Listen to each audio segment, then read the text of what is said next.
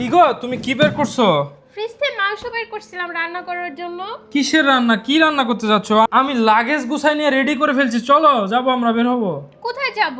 ওমা, তোমার বাসায় দাওয়াত না? ও আমার বাবার বাসার দাওয়াত। হ্যাঁ। তোমাকে ফোন দিয়ে দাওয়াত দিয়েছে? না, আমাকে ফোন দেয় নাই। তাহলে সেখানে আমি কোন মুখে যাব? তোমাকে তো বলেছে। আমাকে বলুক, আমি ওখানে যাব না। সবার আগে আমার স্বামীকে দাওয়াত দিবে, তারপরে আমি যাব।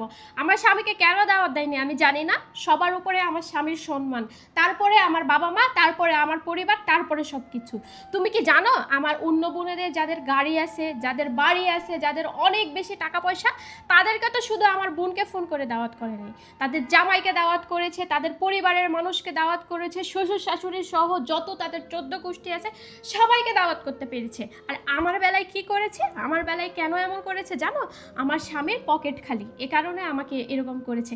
আমার স্বামীর পকেট কি সারা জীবন খালি থাকবে? আজকে আমরা পরিশ্রম করছি, পরিশ্রম করার পরে আমাদের অনেক কিছু হবে, একদিন আমাদের বাড়ি হবে, গাড়ি হবে, সব কিছু হবে। যাদের আমার বোন যাদেরকে দাওয়াত করেছে তাদেরও এক সময় কিছু ছিল না, আস্তে আস্তে পরিশ্রম করে করে তাদের এক সময় এরকম হয়েছে, কারণ তারা আমাদের অনেক বড়।